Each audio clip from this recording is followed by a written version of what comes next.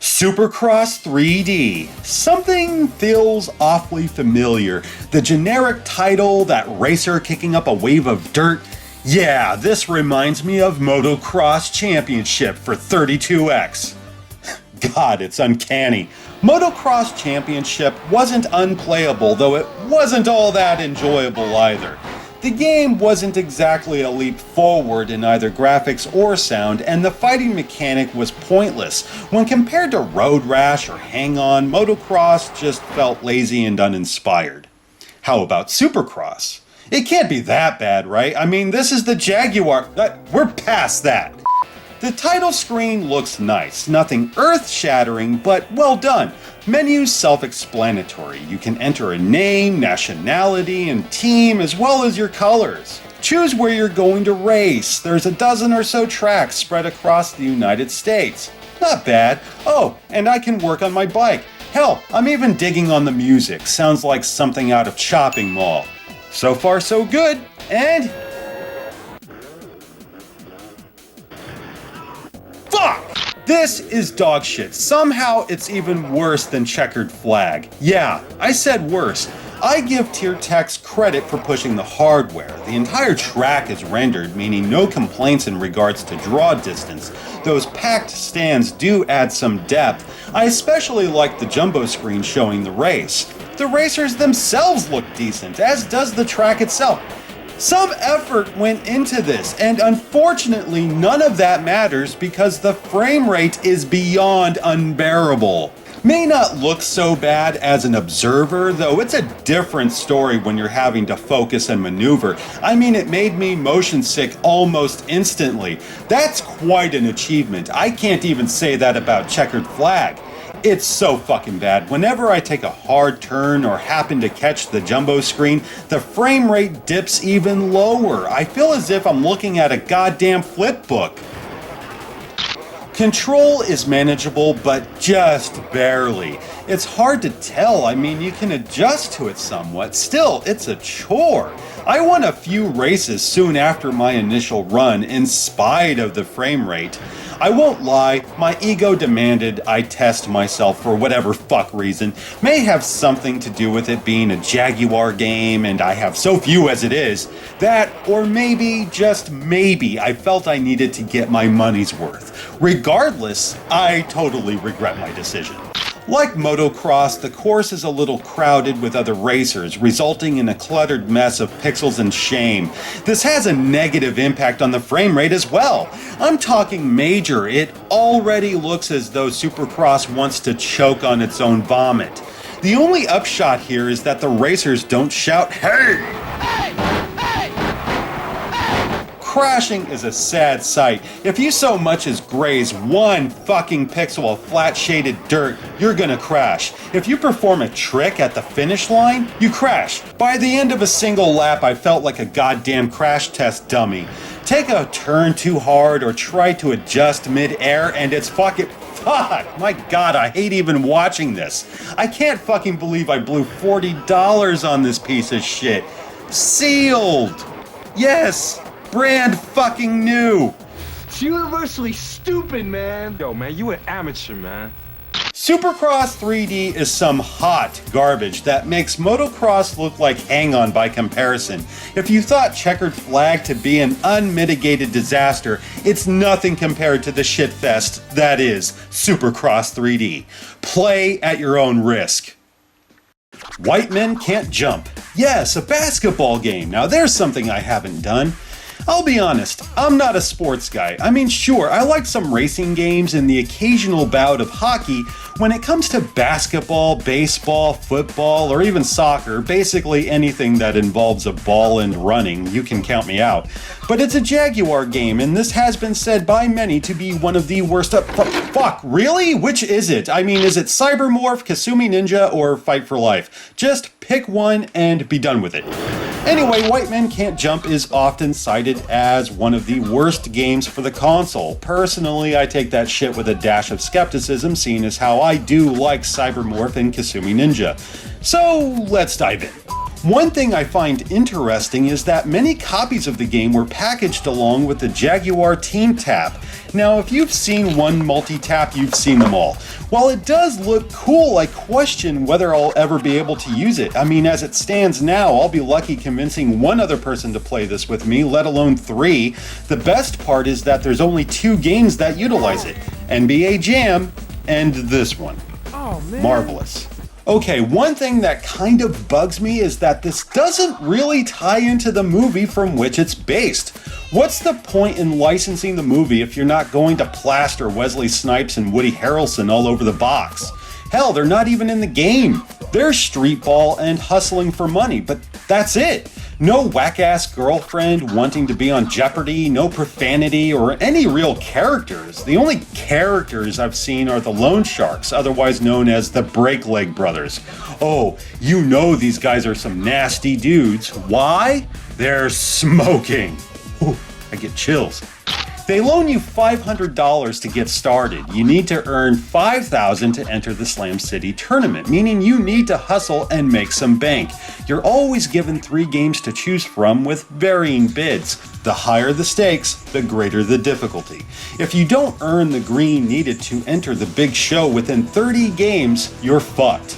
You get 15 teams to choose from with 2 players each, both endowed with their own shoot, speed, and energy stats. They even have special dunks you can perform. Damn.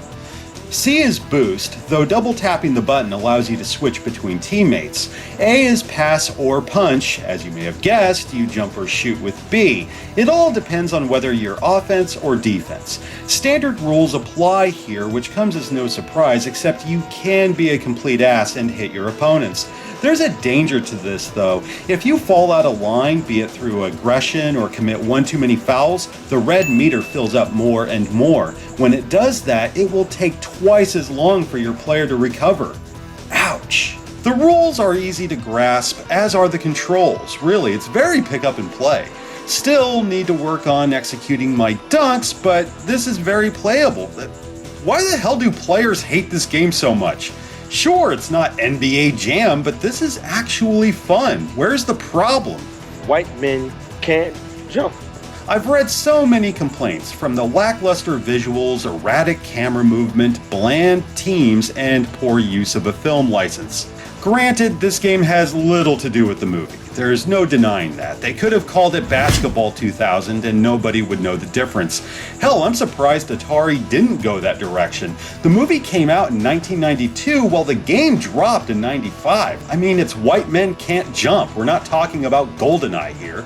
As for visuals, yeah, they're 2D sprites on a 3D plane. So, the colors pop and the resolution's better than average. I don't see the problem here. I guess players expected more in 95, but come on. The teams don't stand out much from one another. Not really. I suppose they could have gone nuts and added a bunch of wild visuals like aliens and oh fuck no. Personally, I like the graphics and the crazy messages that splash across the screen. Yes, you can turn them off, but I don't wanna. Now the camera. This is a serious bone of contention for many players, but again, it doesn't bother me. I swear that I'm not trying to be contrary. It doesn't hinder my performance the slightest bit. I feel this adds a lot of energy, and it does stand out from many games in the genre. Yes, my view is blocked from time to time, though it's so brief that I wouldn't even care to comment had it not been for the detractors. The music's decent, voice samples are crisp, so how is this one of the worst games for the console? Is it the menus, the Break Leg Brothers? Does their smoking offend? It doesn't make sense to me. If the control were shit or the graphics popped out of existence at inopportune times, I'd totally get it. Look, in my opinion, this game functions. Does it do anything new? Not really. Like I said, it's fucking street ball. Does it challenge the player fairly? Yes. I understand the camera may be a problem for some. That's a variable I can't account for. If you think you can handle it and enjoy basketball, by all means, I say give this a chance. There's way worse on Jaguar.